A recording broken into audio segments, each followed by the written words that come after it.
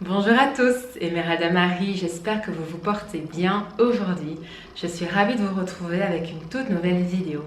Alors, petite introduction pour les nouvelles personnes qui sont ici, alors bienvenue sur la chaîne Harmonisée. Il faut savoir que ma chaîne présente essentiellement des vidéos de bien-être, de soins naturels.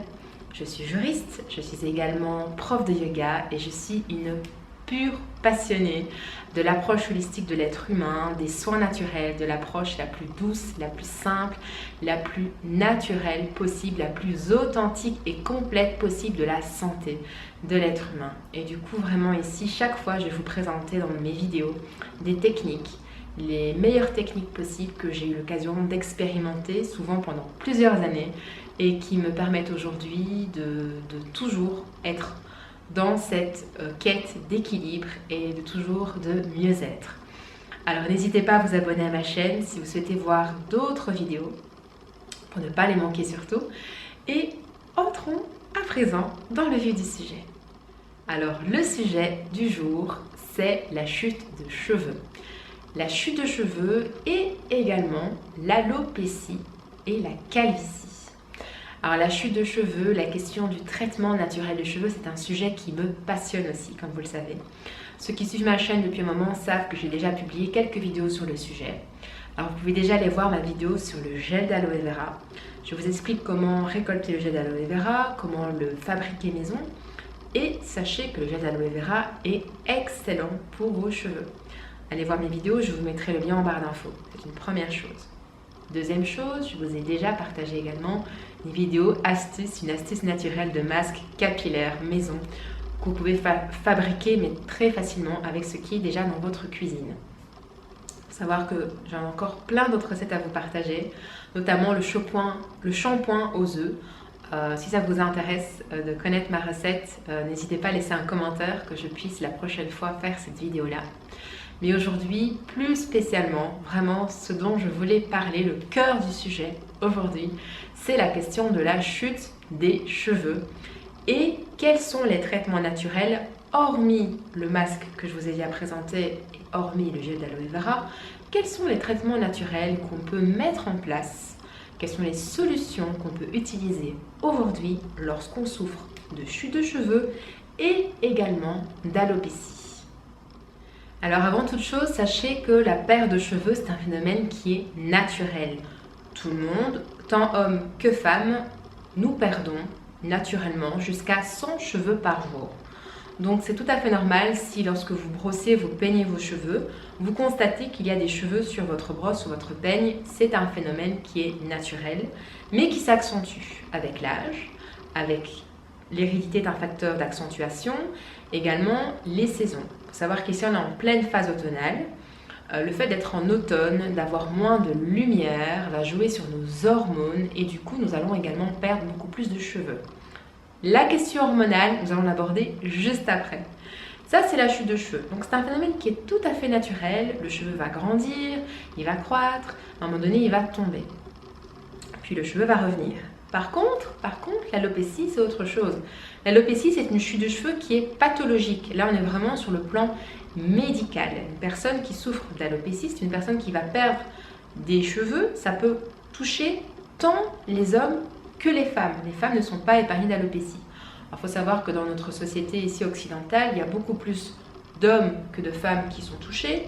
En moyenne, jusqu'à l'âge de 30 ans, c'est un homme sur 3. Donc un homme sur 3 de 30 ans va être touché par l'alopécie et vers l'âge de 50 ans, ce sera un homme sur 2. Donc un homme sur 2 aujourd'hui est concerné par l'alopécie, par la chute de cheveux pathologique. Au niveau des femmes, les chiffres sont moins graves, entre guillemets, mais c'est quand même une femme sur 20. Donc une femme sur 20 qui a 30 ans aujourd'hui est concernée et touchée par l'alopécie. Il faut savoir que l'alopécie, comme je vous l'ai dit, elle est accentuée par l'âge et par d'autres facteurs extérieurs dont je vous parlerai juste après. Il faut savoir que les femmes, justement, en fonction des circonstances, et notamment la circonstance de la ménopause, va accentuer vraiment davantage l'alopécie. Donc les femmes aujourd'hui qui sont ménopausées vont avoir davantage d'alopécie qu'une femme qui n'est pas ménopausée. L'alopécie chez les hommes et chez les femmes ne se verra pas non plus de la même manière. Il faut savoir que chez un homme, On va le remarquer parce que vous allez voir, surtout ici, donc à l'avant du crâne, vraiment ici à la lisière des cheveux et également au sommet du crâne. Ça va être très marqué chez les hommes. Chez les femmes, l'alopécie, ce sera tout à fait autre chose. En général, les femmes sont concernées au niveau des tempes, surtout lorsqu'il y a des carences en fer, et les femmes aussi par cet aspect clairsemé, vous voyez? Donc au niveau des hommes, ce sera beaucoup plus visible à l'avant et au niveau du sommet du crâne. Chez les femmes, ce sera clairsemé. Et ça va s'accentuer avec l'âge et ça va s'aggraver effectivement avec les perturbations hormonales, dont l'arrivée de la ménopause qui est. Alors la cause principale de l'alopécie, c'est le facteur hormonal. La cause principale, ce sont les hormones.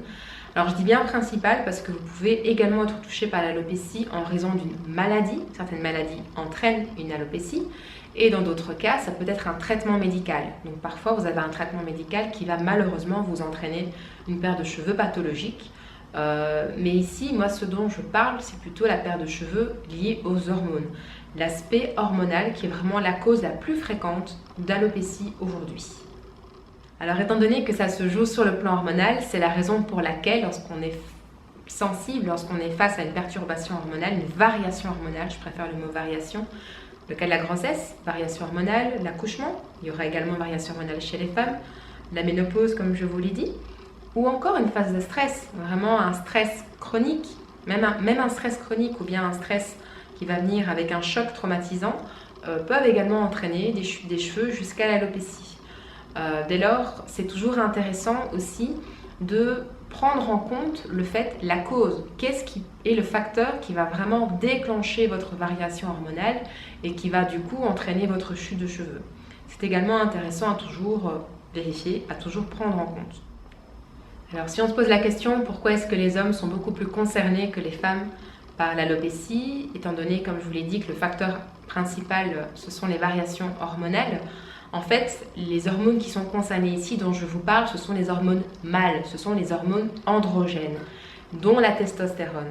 Et comme elles sont plus présentes chez les hommes que chez les femmes, du coup, effectivement, la testostérone va entraîner en fait une perturbation au niveau du cycle du cheveu et dès lors entraîner des chutes de cheveux. Donc, les hommes qui ont beaucoup plus de production d'androgènes que les femmes au niveau hormonal, vont être beaucoup plus sujets à la chute de cheveux que les femmes. Maintenant, comme vous voyez, alors désolé, il y a un grand coup de soleil qui vient d'arriver. Je vais essayer de reposer ma caméra. Voilà, il y a un bouffée de lumière là. Je viens de m'en rendre compte. Il faut savoir qu'au niveau des femmes, vous avez également des femmes qui sont sujettes aussi à des taux d'androgènes très élevés, notamment les femmes qui souffrent du syndrome des ovaires polykystiques. Souvent, elles vont avoir un taux d'androgène beaucoup trop élevé. Dans d'autres circonstances aussi, notamment l'hirsutisme aussi. Souvent, les femmes qui sont atteintes d'hirsutisme vont avoir de l'autre côté une chute de cheveux.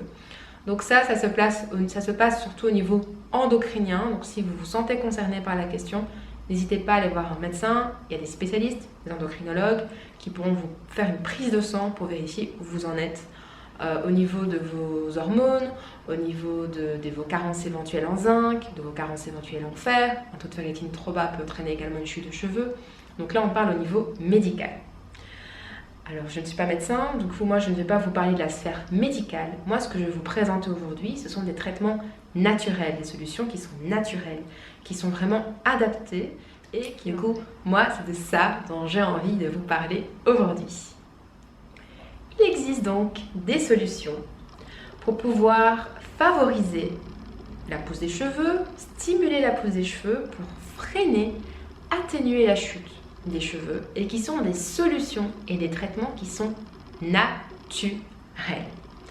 Comme je l'ai dit au début de la vidéo, en dehors du gel aloe vera que je vous recommande, mais les yeux fermés, et en dehors du petit masque spécial pousse, stimulation de la pousse que je vous ai déjà présenté, vous retrouverez les deux en barre d'infos. Vous retrouverez également en barre d'infos une liste de produits que je vous ai listés et que je vais vous citer maintenant, qui sont vraiment très intéressants pour contrer la chute de cheveux et qui sont également intéressants pour les personnes qui souffrent malheureusement d'alopécie. Alors au niveau des compléments alimentaires, là vous pouvez vous orienter soit vers un médecin endocrinologue qui pourra vous recommander si nécessaire qui va pouvoir vous prescrire quelque chose en supplément. Vous pouvez également vous orienter vers un naturopathe qui pourrait vous faire une sorte de bilan, au niveau de bilan de vos via un oligoscan par exemple. Et ce naturopathe pourra par exemple vous recommander de prendre du zinc. Le zinc est vraiment excellent en cas de chute de cheveux, mais surtout toutes les vitamines B. Toutes les vitamines B sont recommandées pour les personnes qui perdent malheureusement leurs cheveux. Parce que les vitamines du groupe B sont réputées pour favoriser la pousse de cheveux et surtout pour fortifier vos cheveux. Du coup, ça va être intéressant parce que si vous avez tendance à perdre beaucoup de cheveux en raison de votre alopécie, au moins ceux qui vont rester suffisamment forts et donc éviter qu'ils tombent. Plus votre cheveu sera faible, fragilisé, abîmé, plus il va tomber. Par contre, si votre cheveu est fortifié et renforcé, il aura moins de risques de tomber. Du coup, c'est toujours intéressant de pouvoir travailler sur l'aspect fortifiant. Du coup là, plutôt orientez-vous vers des oligo-éléments ou bien vers des compléments alimentaires ou bien des vitamines. Du coup, vous avez les vitamines B qui sont intéressantes, vous avez le zinc qui est intéressant. On parle également depuis des années de prendre des compléments en levure de bière que vous pouvez trouver très facilement dans le commerce. Donc ça aussi, vous pouvez vraiment le tester, l'expérimenter. C'est toujours intéressant pour vos cheveux, pour votre peau et également pour vos ongles. Alors à côté de cela, je vous ai expliqué que les facteurs hormonaux vont être aggravés, notamment par le stress. Du coup, ce qui est intéressant de faire ici, c'est de travailler sur le stress, travailler sur le facteur de stress. Il existe des bons stress, des mauvais stress. Ici, vraiment, l'idéal, c'est de pouvoir relâcher toutes ces tensions, relâcher tous ces facteurs aggravants, notamment par le yoga. La pratique du yoga, la pratique de la méditation. Vous pouvez aller vous faire un massage, vous pouvez aller faire un soin Reiki. Du coup, oui, étant donné que le stress a un impact sur vos hormones, si vous avez une chute de cheveux liée à une perturbation hormonale, n'hésitez pas à travailler sur votre stress et donc à vous orienter vers des pratiques naturelles de bien-être pour vraiment éliminer, chasser, réduire au maximum possible l'impact négatif du stress sur votre organisme. Alors, à côté des compléments alimentaires, à côté des méthodes pour pouvoir réduire le stress dans votre quotidien, ce que moi je préfère le plus et qui pour moi marche encore plus, marche même tout autant pour pouvoir permettre de réduire la chute de cheveux, pour pouvoir permettre une pousse de cheveux et une stimulation, ce sont les massages du cuir chevelu. Masser votre cuir chevelu, c'est quelque chose que vous pouvez faire facilement, que vous pouvez faire partout, que vous pouvez faire tous les jours, devant la télé. Là, pendant que vous regardez la vidéo, vous avez vos doigts disponibles, vous pouvez également utiliser vos doigts, le bout de vos doigts pour pouvoir masser votre cuir chevelu. Alors, ce que je vous conseille de faire, soit vous le faites à main nue, donc uniquement avec le bout de vos doigts de manière très très douce, avec des mouvements circulaires. Vous allez partir vraiment du bas de votre nuque jusqu'en haut de votre crâne et vous allez vraiment masser, faire des mouvements circulaires. Ce qui est intéressant ici, c'est de pouvoir, je vais vous montrer le geste, mettre en mouvement vraiment avec douceur, et vous faites ça avec des va-et-vient de manière circulaire. Vous faites ça pendant quelques minutes. Ça va pouvoir entraîner une microcirculation, ça va pouvoir réactiver la microcirculation sanguine, ça va pouvoir être très intéressant pour pouvoir stimuler votre pousse de cheveux. Vous pouvez le faire sans investissement, uniquement avec le bout de vos doigts. Déjà là, vous allez voir une différence sur votre pousse de cheveux et ça va freiner votre chute de cheveux. À côté de ça, vous pouvez approfondir, vous pouvez accentuer plutôt les effets de ce bien-être, de ce massage. Et pour vraiment renforcer l'efficacité du massage, ce que vous pouvez faire, c'est utiliser de l'huile de ricin, de l'huile végétale de ricin. Alors je vais replacer la caméra par rapport à la luminosité. J'espère que ça va pour vous. Alors, l'huile végétale de ricin qui marche du tonnerre également. Alors là, l'huile végétale de ricin, vous allez voir, elle est vraiment très épaisse à utiliser. C'est pas une huile qu'on met sur le visage, c'est pas une huile qu'on met sur le corps, c'est une huile qu'on utilise de manière très ponctuelle sur les ongles, sur les sourcils, sur les cheveux. Et donc là, ce que vous allez faire, ce que je vous conseille de faire, c'est de mélanger une noisette d'huile végétale de ricin avec 2-3 gouttes d'huile végétale plus liquide de votre choix, par exemple de l'huile de jojoba, de l'huile de coco, et vous allez masser vos mains, vos doigts sont concernés et vous allez après appliquer vraiment complètement vos cuirs chevelus, masser, masser, vous pouvez masser jusqu'au bout de vos pointes, vraiment donc du sommet du crâne jusqu'à vos pointes. Même une personne qui est chauve peut également masser son crâne chauve avec cette huile végétale de ricin, ça marche vraiment du tonnerre. Je vais vous mettre en barre d'infos un lien vers une huile que je recommande le plus. Orientez-vous toujours vers des soins bio le plus possible, sans mélange. Pas nécessaire de prendre un mélange qui contient l'huile de ricin. Prenez de l'huile végétale 100% naturelle, 100% pure, non traitée.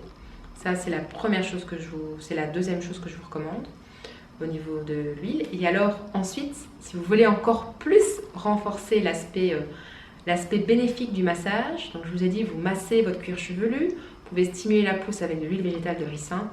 Troisièmement, je vous recommande d'ajouter encore un troisième élément dans votre petite huile, c'est de l'huile essentielle d'ylang-ylang. Alors l'huile essentielle d'ylang-ylang, en plus de sentir terriblement bon, elle a vraiment des propriétés pour stimuler le cuir chevelu, dès lors stimuler la repousse. En plus, elle a un effet bénéfique aussi au niveau du mental parce qu'elle va vraiment avoir cet effet de rééquilibrage. Ça va être un bon rééquilibrant au niveau émotionnel, l'huile essentielle d'ylang-ylang. Et du coup, là, je vous recommande de mettre quelques gouttes. Vous appliquez entre 3 et 5 gouttes sur votre main. Et vous allez aussi masser également. Et vous allez l'appliquer avec votre massage du cuir chevelu. Alors,